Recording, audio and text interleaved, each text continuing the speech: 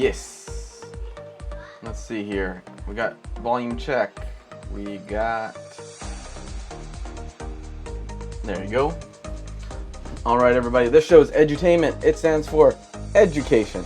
It stands for entertainment. It's not to be taken as financial advice. I don't know your personal financial situation. And with this market, it's like a casino, baby, going up and down. You have to be able to stomach the ride.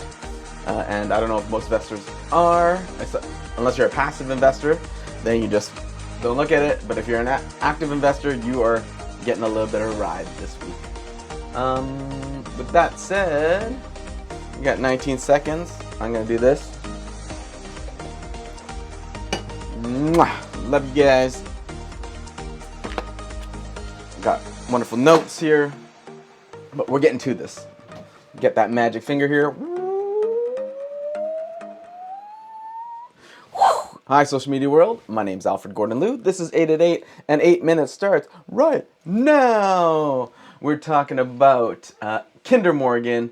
It's right here, KMI. It's part of the wonderful energy sector. What's that ticker symbol there, Catalina? Can you read that up there? What are those letters? Kinder something, something, something. Kinder Morgan. And what are those three letters up there, right here? XLE. Stands for energy. Yeah, you bet.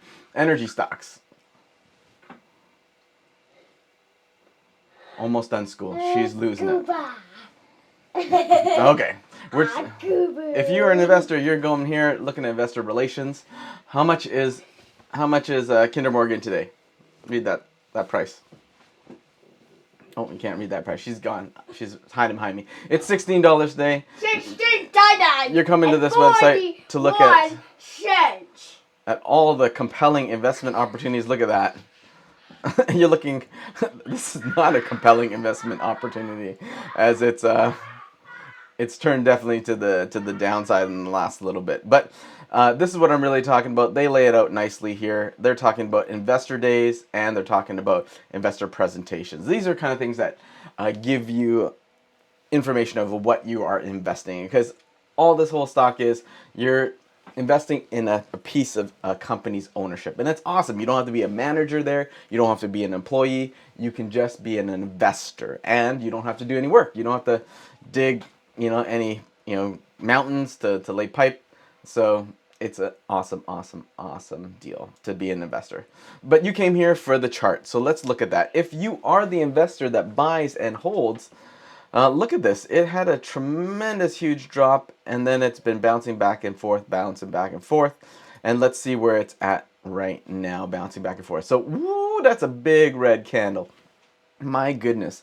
I would say this last month, it was just rocking and rocking ever since this beginning of this year.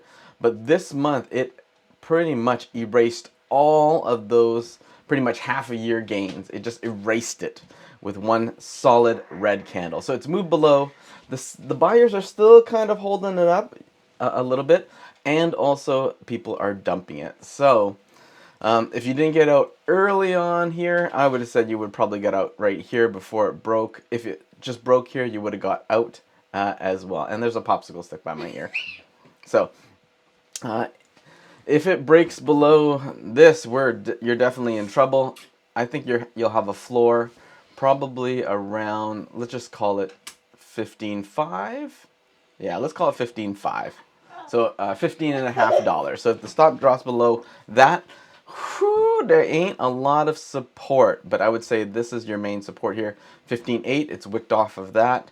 15.5 is a strong, is the floor that you're hoping that will hold for Kinder Morgan. If you are a swing trader, what are the opportunities within that huge red candle? Let's take a look. So this is the chart as of this year. You can see it's just to the upside, just higher highs, higher lows, higher highs, higher lows, and boom, we finally get to recently, straight to the downside. We're having some buying opportunities, if that's what I want to call it. It's definitely hold on to your pants kind of scenario. as it's done this huge retracement drop, you have opportunity to buy out here, and you're watching these little bounces. Will it bounce up to here? This is a Fibonacci. We should probably just do it right here so you guys can see it. Usually what I like to do with a huge drop like this, I look for retracement. So I go from this drop, high to low. As you can see, it's hit that 78. It does that, 4 or 5 out of 10, it does that 8 out of 10 times it'll hit this. And here around 8 out of 10 times. So if it didn't go up very high, it's gonna drop down lower because it's just taking a pause before it runs back down. If it does break this, it will probably top out right here, trying to fill this gap and then come back down. But yeah, that's 17, let's just call it 17.5. And it's got to break 1675. Let's just call it that. 1675. We want to see it break above that for a little more retracement. And I think that's what most people are hoping for. They're hoping for this spread in here. So if I was trading this and buying it, I would buy here, hope it gets to 1675, breaks through that, maybe sell out here at 725 as a high before it kind of hits this peak and before it comes back down again, because the momentum is down. Look at that. There's no strength. It's purely red. No strength. No momentum. Oh, actually the momentum's pulling back, but it is still crazily to the downside. So what else is going to move this stock? If we're looking as an investor here, we're looking at the earnings call. Earnings call, they are coming around in July. Look at that. In a couple of weeks, maybe about 3 weeks so. We're expecting 0.26. In the past, oh man, they've given us some upside. Let's scroll that up there. They've given us some upside. That's not a hard number for them to beat. With the summer months, obviously, too, I think they could do it. So, with that said, a little more upside for that. But today, what's going to move stocks? 92 earnings, 32 stock splits, 1 IPO, 62 economic events. Out of those 62 economic events, let's see what's moving. As Jay Powell is speaking right now on economy, Joe Biden is going to speak later. But we see a lot of Great Britain numbers, but I don't see a lot of U.S. There it is, U.S. Mortgage rates, a lot about mortgage. And in Canada, we're talking about CPI, inflation, core inflation. And again, we're talking about the Red Book in the States, but not a lot of stuff. So, with that said, what are we going to get in the news? Kinder Morgan has crashed, definitely. Value stocks to buy, yeah, traditionally they've been really good. And also, this is the hottest and latest news right here. Joe Biden trying to give us a hard time with our stocks and crumble this for 3-month gas suspension. This is good for everybody else, but not probably good for investors. So good for consumers, but not good for investors. So let's talk about what's happening in today. We're going to draw another Fibonacci. We're going to take the lows that we had 2 days ago. We're going to go to the highs, which we had 3 days ago. And then we're just dropping it like it's hot. I don't know why I got so many lines here. So that's from the last one. So let's remove that drawing. Let's make it clear. So what we got in play today. Right now we're bouncing off VWAP, which is great.